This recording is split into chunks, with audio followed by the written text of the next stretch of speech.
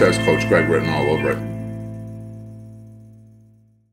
Today we're making Coach Greg Doucette's cauliflower pizza out of his Ultimate Anabolic Cookbook 2.0.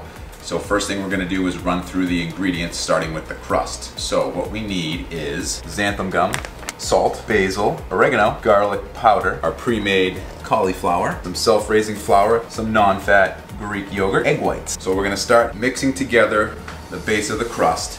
So the first thing we're going to add in is our self-raising flour into the bowl here. We need 100 grams of self-raising flour.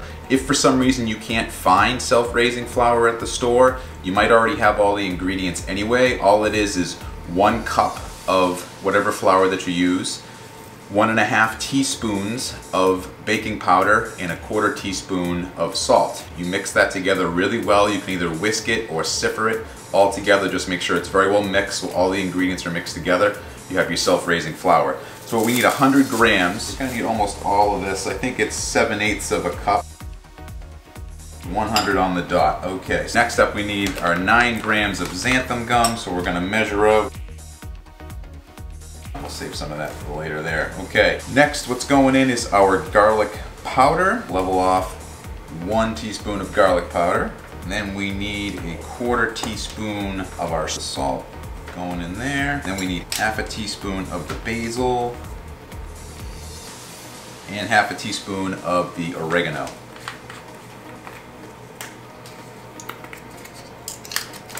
Brand new oregano going in there. Good. All right, so now we need to mix all of this together here. You want to mix it pretty well. Try to make sure all the ingredients are evenly distributed here.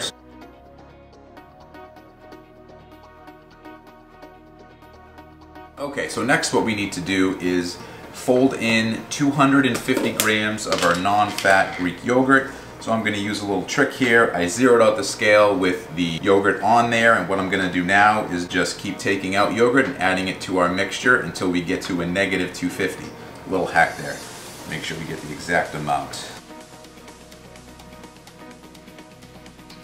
For 250. All right, 250 on the dot, per usual.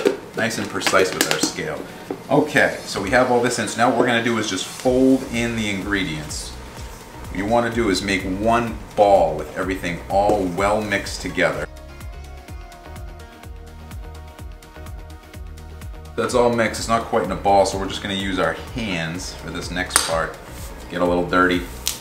Make our ball here. One big ball. We have our ball. I'm going to put that in there. Perfect.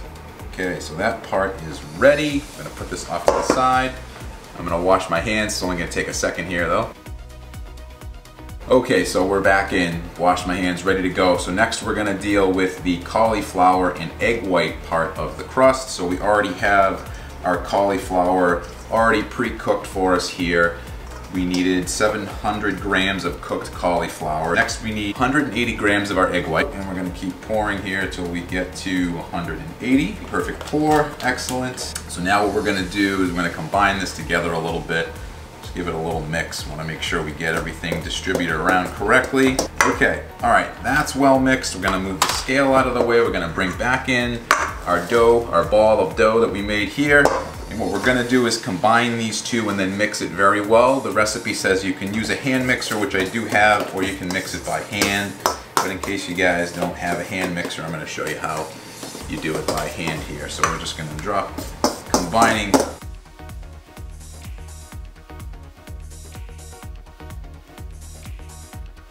So now we're going to mix this very well. We're going to have to get dirty again. So let's do it. All right, so we're getting in there with the hands. And much like the last recipe, the apple pie bake and the mega peach breakfast bakes, much easier to mix by hand than to try to use a spoon. Gets the ingredients well combined. And you know, it's okay to get a little dirty every now and then. All right, so we'll mix this together, super easy here, and this is coming together real nice. That's everything all combined there for our crust. Now we're gonna let this sit for 20 minutes. It's going to expand a little bit, so we'll be back in 20 minutes and then we'll start putting the crust together. Alright guys, so it's been 20 minutes and the crust has expanded a little bit. It's gotten a little bit more volume. I don't know if you can tell, but it has definitely expanded a little bit. So now what we're going to do is we're going to divide the crust up into 150 gram portions, and we're going to make 6 discs for our crusts. So we have our scale, we're going to zero it out. We're going to use the same trick we did for the yogurt. We're going to look for minus 150 grams, and we're going to put it on our baking sheet that I already have lined here with parchment paper. And then we're going to take a little bit of the mix out, and that is 110, and that is 150 exactly, and then we're going to spread it out into a circle. I'm going to do that 5 more times here, and then we're going to get back to cooking.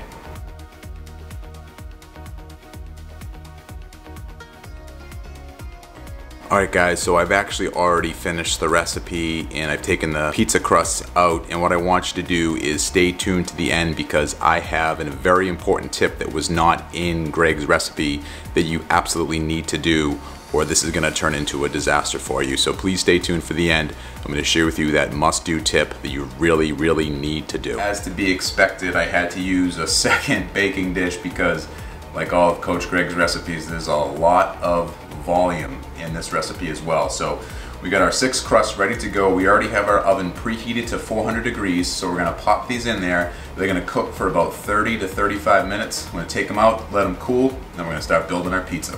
Alright, let's throw these in the oven.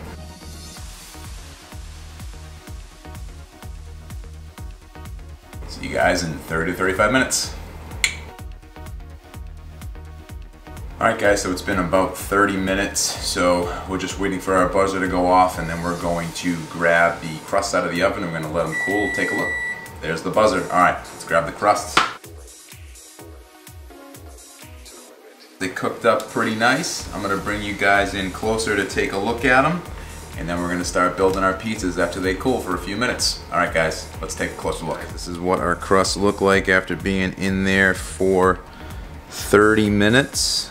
A little brown on the top, so we're gonna start making our veggie pizza and our meat pizza. So let's take a look at what we are going to put onto these guys right now. Both of them, we're gonna use our fat-free mozzarella cheese there, and we're also gonna mix in some sliced fat-free cheese as well. We're just gonna see if they taste any different. For our veggie pizza, we are doing a pepper and onion pizza here, so you just want to shoot for about 50 calories worth of fresh veggies. You could use mushrooms, you could use baby spinach, you could use really anything you want as long as it's no more than 50 calories. For our meat pizza, we already cooked up some of our ground chicken that we're going to put on there. Also, have our pizza sauce. So we're going to start building these pizzas up. Let's get to assembling. We are going to weigh out our sauce into 55 grams between 2 of the pizzas. So these 2 will have 55 grams and these 2 will have 55 grams. So again, we're going to zero out the scale. We're going to use our negative trick, looking for negative 55. So we're going to put about half of that on each one. Sure, we don't use too much. Okay, we have our sauce on all 4 pizzas. Now we're going to add on the cheese. So we're going to mix this up. So it calls for having either 57 grams of shredded cheese, fat-free of course, or you can use 3 slices of this kind of cheese here. What we're going to do is we're going to do half and half. So we're going to use the slice on one of the veggie and one of the meat. So let's do that first here.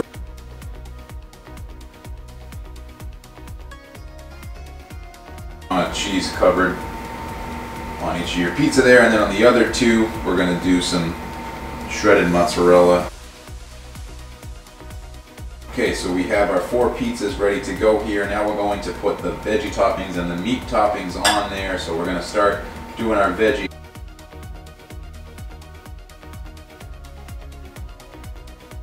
We got our veggie pizzas ready to go. We're going to take our ground chicken that we already pre-cooked, and we're going to spread this evenly between the 2. What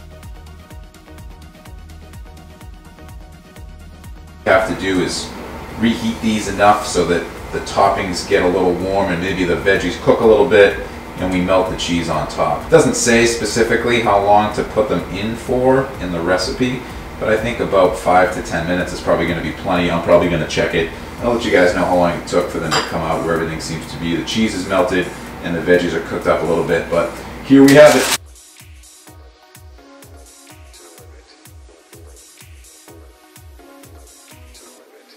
Alright, so we still have our oven at 400 degrees here. We're gonna pop these back in for about 5 or 10 minutes. We're gonna let them cook up a little bit. We'll take them out and we'll do our taste test. Alright, let's do it. Let's put them in.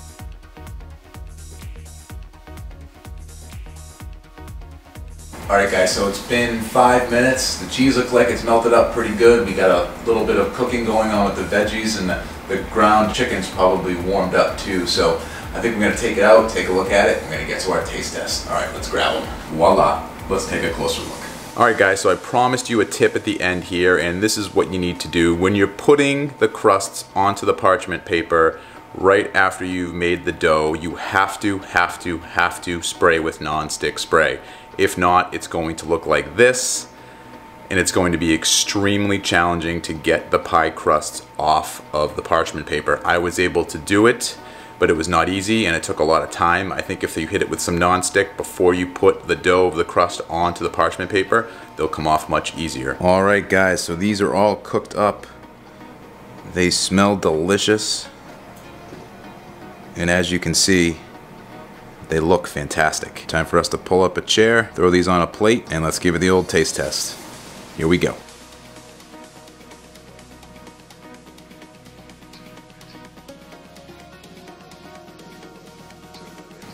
Alright guys, so we have our 4 pizzas here. We have 2 of them that we use the sliced fat-free cheese, and we have 2 over here that we use the shredded mozzarella fat-free cheese. So we're going to try them out, see if they taste any different, if one's better or worse. We'll see. I think they're both going to taste really good. Let's put it to the test here. Okay, so we are going to start with the one that has the sliced cheese on it, and we will go for the veggie version. Now these are not very crispy. Maybe if we cook the crust a little bit longer, they might have been a little more crispier. We're going to take a bite, and I know it's going to be messy. Okay. That's good. It kind of fell apart a little bit there. I would probably use a knife and fork, but this is really good. I look like a savage eating with my hands, but this might be a fork and knife kind of meal. But let's try another piece here. Yeah, it's good with the sliced cheese. Let's give the meat version a try here. Pull them together a little bit better, but let's see. Let's take a bite. Oh yeah, that's good. It tastes quite anabolic. Yeah, it works really well together. Don't really notice the cheese so much, but it's definitely there for flavor. But I couldn't tell you if it was shredded mozzarella or the singles. It's a good pizza. I'll flash the macros up here. I think I like this better with the shredded mozzarella, I gotta be honest. There's just something that's right about mozzarella cheese on a pizza. All right, let's try the meat version. There's a lot of volume in these pizzas. All right, let's do it. Oh yeah, that's filling. This has Coach Greg written all over it. I'm only gonna do about half of these. I'm not kidding, I'll probably eat all of it. Once we get off camera, I can grab a knife and a fork, but it's a little messy, guys, as you can see, but totally worth it. This crust is really good. 133 calories in each crust. Gotta give this one a try. If you do, and yours came out as messy as mine, or you just want to tell me how it tastes, let's talk about it in the comment section below. I give it an 8.5 out of 10. Not quite a 9. Maybe if it held together, I would have given it a 9 because it fell apart. We'll go 8.5. Still a no-brainer. If you're craving pizza, this is gonna solve that craving. All right, guys. Talk to you in the next one. Bye. So messy. Guys, I almost forgot. Buy his frickin' cookbook, would you?